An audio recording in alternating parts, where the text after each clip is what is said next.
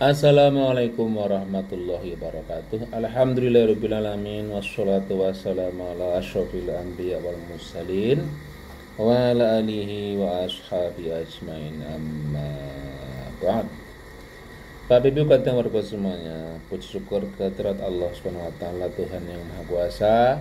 Kita masih diberikan nikmat iman dan Islam, nikmat sehat dan sempat untuk kita bisa bertemu kembali, bersua kembali di acara yang kita cintai, yaitu Siraman Rohani Agama Islam. Semoga dengan wasilah acara seperti ini, kulo panjenengan tansah diberikan berkah, inayah, rahmat, terutama adalah berkah ilmu, karena dengan pertemuan ilmiah seperti ini insya Allah kita akan mendapatkan tambahan wawasan, tambahan pengetahuan, ka'ruh yang terkait dengan agama kita, yaitu agama Islam. Dan insya Allah dengan bertambahnya ilmu kita, ilmu agama kita tentu akan menjadi modal semakin berkualitasnya amal ibadah kita. Kalau amal ibadah kita berkualitas, insya Allah keridhaan Allah juga akan semakin kita dapatkan, ya. Dan kita akan mendapatkan balasannya yang sempurna kelak nanti di akhirat. Amin ya rabbal alamin. Dan lebih penting lagi tentunya yang kami harapkan, apa yang kita dapatkan dari wawasan ilmiah seperti ini bisa kulo panjenengan ketok tularaken, ya, kepada keluarga, terutama kepada lingkungan sekitar begitu. Atau mungkin Bapak Ibu Katangro bisa mengajak, monggo didengarkan acara Suara Dak Sinerga setiap jam sekian hari apa begitu di 89,9 FM. Nah, itu kan bisa jenengan sampaikan kepada tetangga, kepada sanak saudara, teman dan lain sebagainya, agar semakin banyak orang yang mendapatkan berkah keilmuan dari acara yang seperti ini. Ini karena akan menjadi amal jarah bukan hanya bagi saya pribadi, tapi juga bagi Bapak Ibu kadang warga semuanya tentunya, ya, sebagai kepanjangan tangan kami untuk menebarkan kebaikan-kebaikan, ya, kepada semakin banyak orang, ya, umat di wilayah Gunung Kidul dan sekitarnya. Apalagi sekarang kan jangkauan dari pemancar di Radio Dak Sinerga semakin jauh begitu kan, tidak seperti sebelumnya. Saya sendiri sedikit mengungkap, ya, tentang profil saya.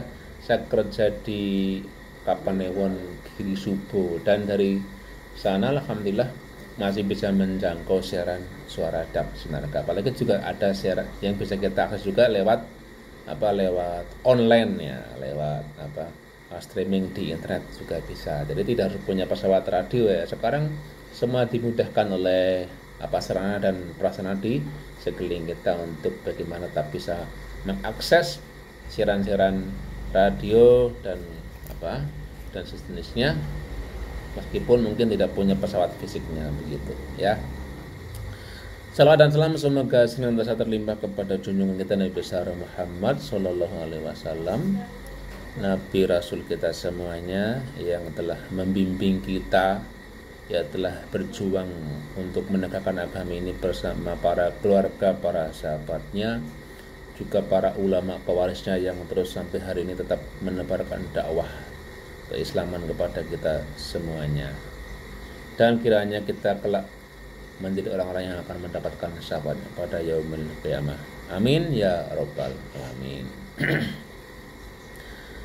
Ibu semuanya, kadang warga yang berbahagia, saya sedikit-sedikit di sini akan menyampaikan suatu hadis yang terkait dengan rukun Islam dan rukun iman.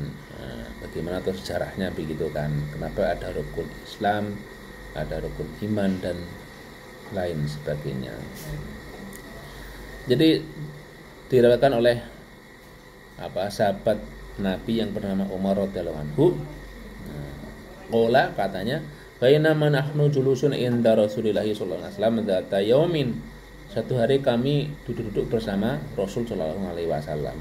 Itala alaina rajulun syadidu bayadit thiyabi. Tiba-tiba muncul di antara kami seorang laki yang pakainya putih, ya, putih sekali pakaiannya, jubahnya begitu ya, gamisnya putih banget bersih. Kemudian apa? Syadidus sawati sya'ri, dan rambutnya juga sangat hitam. Akan tetapi la yura alai ahtarus safari, tidak tampak darinya bahwa ia sedang ataupun habis bepergian begitu ya. Wala yaribu minna hatun, dan tidak seorang pun yang mengetahui dia di antara kami. Gimana? Mau dipotong ya Mas Abi ya? Dipotong ya?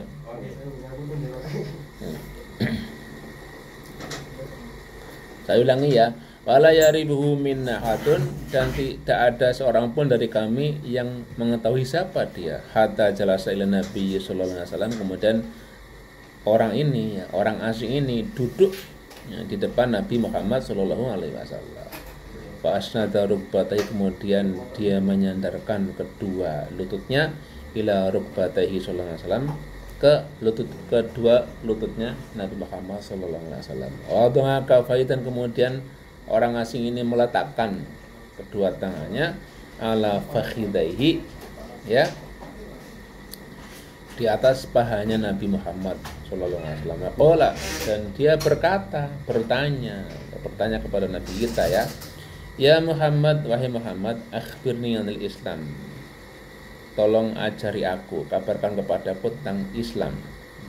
Faqala Rasulullah sallallahu alaihi wasallam, nah kemudian Rasulullah sallallahu alaihi wasallam bersabda, al-Islamu, Islam itu adalah ya, ini yang benar menjadi pengertian daripada rukun Islam. Anda syahada alla ilaha illallah, bahwa kamu harus bersaksi bahwa tidak ada Tuhan selain Allah yang wajib disembah ya. Wa anna Muhammadan Rasulullah, dan bahwasanya Muhammad adalah utusan Allah. Wa tuqimas sholata, dan kamu mendirikan sholat. Ini Islam adalah yang pertama bersaksi, bersyahadat, yang kedua mendirikan sholat. Wa ta'tiyaz zakat, dan mengeluarkan, memberikan zakat. Kewajiban yang kedua adalah memberikan zakat. Dari harta yang kita miliki kita ambil sekian persennya untuk zakat begitu. Ya, ada pertanian, ada perdagangan, ada harta temuan, ada peternakan, ya toh, ada barang-barang berharga. Dan sekarang dalam perkembangan fikih kekinian ada profesi begitu, zakat profesi ya, gaji ya, dari ataupun honor yang kita terima dari suatu profesi begitu kan. Itu menurut ulama yang zaman sekarang juga ada kewajiban kita untuk mengeluarkan zakatnya sekian persen begitu. Itu nanti bisa di kajian yang lainnya ya. Dan yang berikutnya adalah wa tasuma Ramadan, dan berpuasa Ramadan. Wa tahujjal baita, dan kamu melaksanakan ibadah haji ke Baitullah. Ini stata'anta ilaihi sabila, jika ya punya istita'ah, punya kemampuan secara fisik, kemampuan secara harta, ya toh. Kalau memang mampu ya ada kewajiban haji, hartanya mampu, fisiknya mampu, ya, usianya mampu. Kalau sekarang kan terkait dengan usia ya. Sekarang itu kalau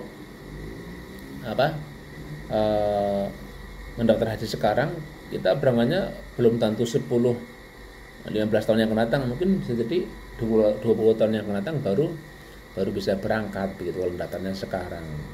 Berarti kan itu harus ada setengah secara umur begitu kan, menyampe enggak umur kita. Kalau kira-kira tidak nyampe ya berarti tidak usah daftar begitu kan ya, bisa mungkin umroh saja begitu kan, bukan haji. Karena kan sekarang tadi tuh masalah umur ya sangat dipertimbangkan.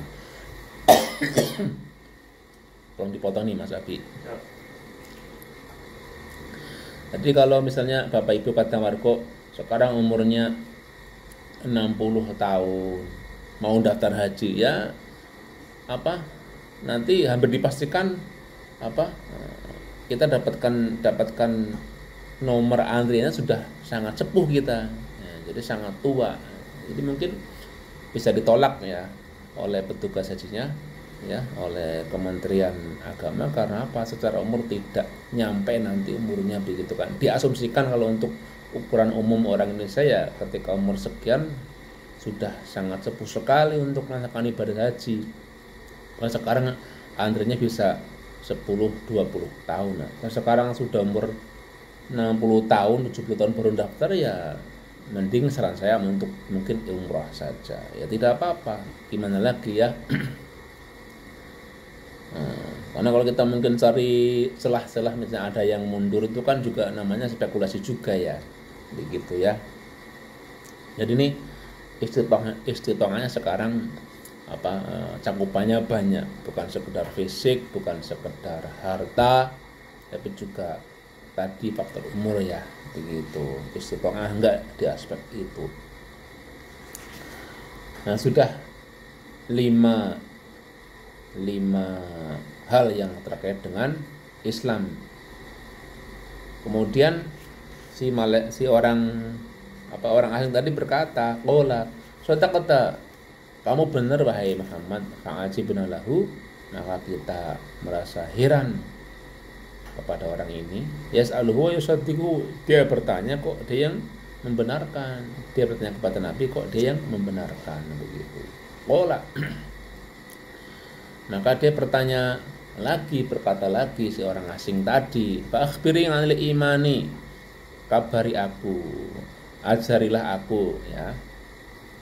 Kata orang tadi tentang iman. Qala, Nabi bersabda, antumina billah. Iman yaitu kamu beriman kepada Allah, wa malaikati, dan juga malaikatnya Allah, wa kutubi, dan kitab-kitabnya Allah, wa rusuli, dan rasul-rasulnya Allah, wal yaumil akhir, dan hari akhir, hari kiamat, wa tu'mina bil qadari khairihi wa syarrihi, dan kamu juga beriman dengan takdir, baik takdir yang baik ataupun takdir yang buruk. Nah, ini kemudian yang menjadi dasar rukun iman ada 6, kepada Allah, iman kepada Allah, kepada malaikat, kepada kitab, kepada rasul-rasul, kepada hari akhir, dan kepada qada dan qadar, kepada takdir.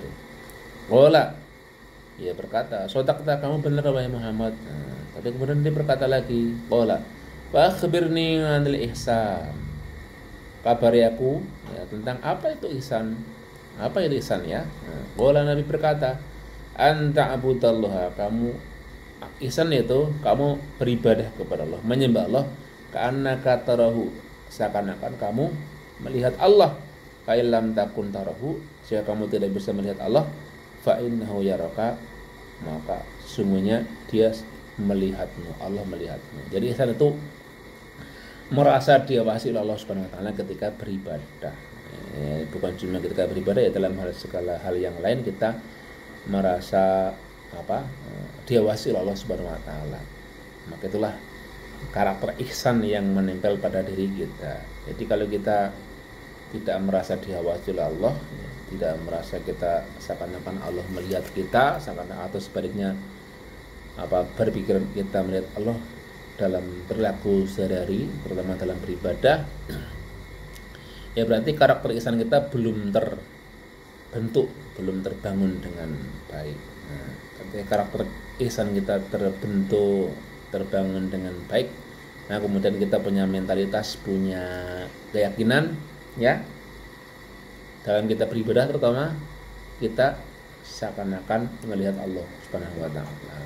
Dan ini pun kita tidak bisa melihat Allah, ya, tidak bisa mengkondisikan kita seperti melihat Allah, maka yakinlah bahwa Allah melihat kita. Itulah karakter ihsan, yang berarti kita sudah punya karakter ihsan dengan adanya keyakinan semacam itu, ya. Itulah sedikit tapi bukan tanggal semuanya, tambahan wawasan kita tentang apa itu Islam, apa itu iman, dan apa itu ihsan. Islam, iman, dan ihsan ini ternyata sumbernya kita ambil dari sebuah hadis sahih riwayat Muslim, ya, tentang kejadian yang dilihat sendiri oleh sahabat Umar bin Khattab ketika mereka sedang berkumpul dengan Nabi. Tiba-tiba ada tamu yang rambutnya sangat hitam, bajunya putih dan bersih begitu, tidak tampak dia sedang atau dalam perjalanan ya, habis bepergian, enggak, dia kelihatan memang baru datang begitu kan. Tiba-tiba dia tanya, dijawab tapi dia membenarkan. Ini aneh, kalau sudah tanya tapi membenarkan ya. Tentang apa? Tentang Islam, tentang iman, tentang ihsan. Ternyata kalau kita simak di terusnya hadisnya, tapi tidak kita sampaikan karena mengingat waktu. Nah, ini tujuan orang ini adalah untuk mengajar mucal kepada umat Islam tentang apa definisi Islam, iman, dan ihsan. Karena ternyata orang ini, kata Nabi, adalah malaikat Jibril yang datang kepada Nabi untuk untuk mengajarkan kepada kita ya, kepada para sahabat dan nanti kepada kita semua tentang agama kita. Pilar-pilarnya apa saja ada, pilar Islam, pilar iman ya, dan ihsan tadi itu tidak ada tambahan juga ya. Itu diajarkan oleh Nabi, tapi melalui perantaraan pertanyaan daripada malaikat Jibril yang menamakan diri sebagai manusia begitu kan, bertanya kepada Nabi begitu. Demikian yang bisa kami sampaikan, semoga bisa menambah wawasan kita tentang agama kita terkait dengan rukun Islam, rukun iman, dan ihsan ya. Kiranya akan sedikit menambah informasi pengetahuan ilmiah kita tentang agama kita. Demikian, kurang lebihnya mohon maaf. Usikum warahmatullahi wabarakatuh. Wassalamualaikum warahmatullahi wabarakatuh.